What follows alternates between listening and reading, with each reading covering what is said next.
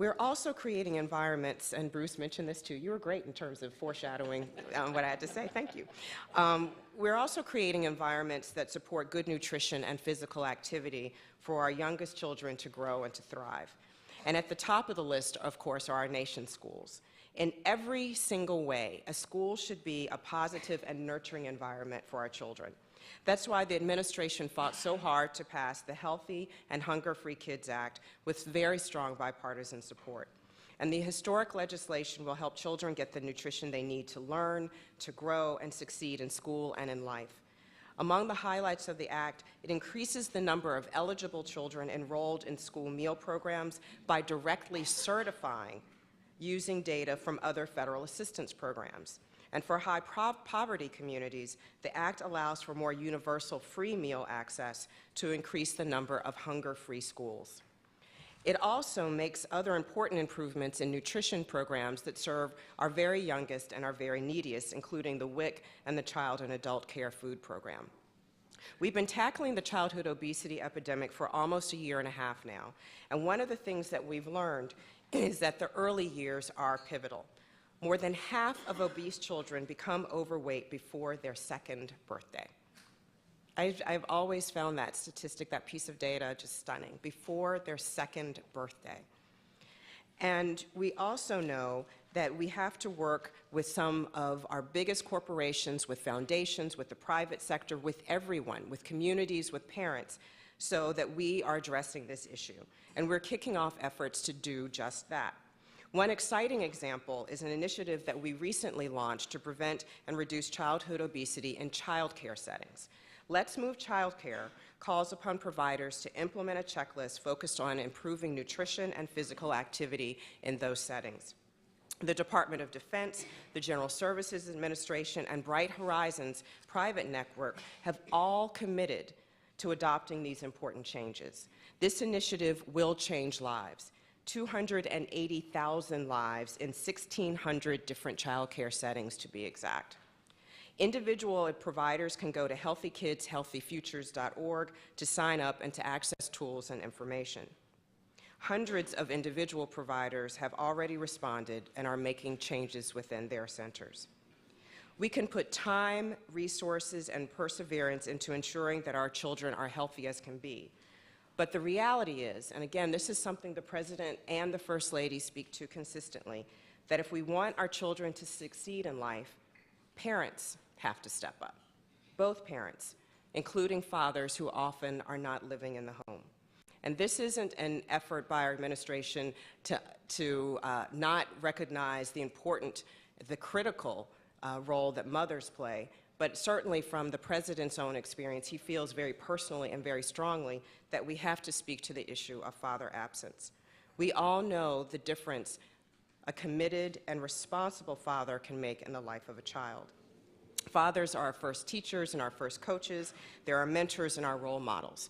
And I know that from personal experience. I know that I am lucky. I have two wonderful parents. But as I often say to my colleagues in the White House, and we're often talking about the role of fathers in the lives of sons, fathers are critical in the lives of daughters as well.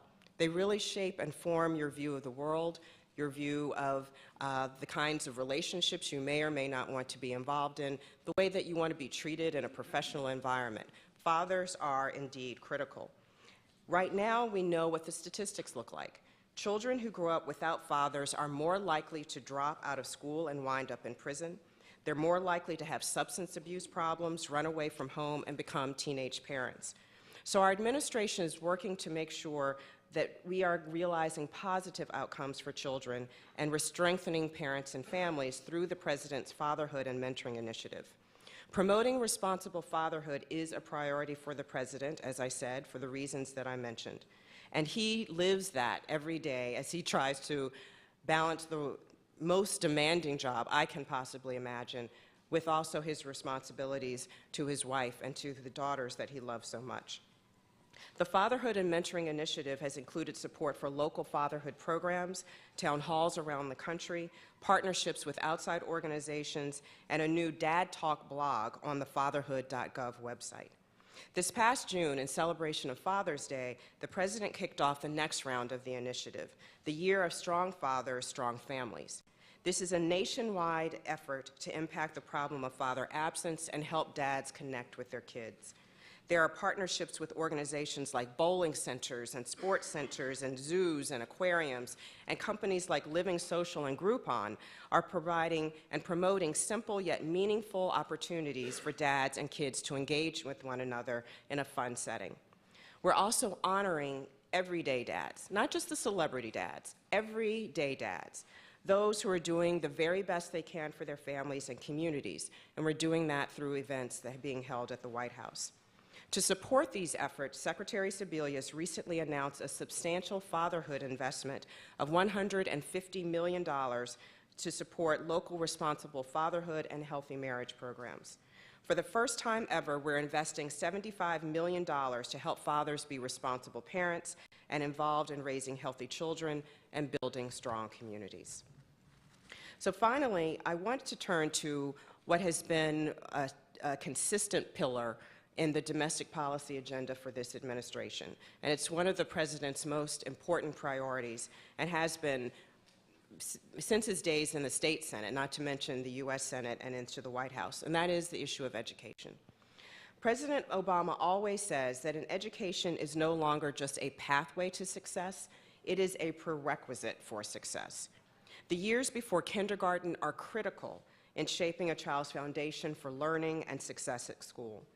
Learning clearly begins at birth and takes shape when children are nurtured and challenged and engaged in high-quality programs and environments and by relationships with parents and other adults. Empirical studies have proven that investments in high-quality early learning are among the most cost-effective of any investment along the education pipeline, one of the best investments that we can make with the federal dollar.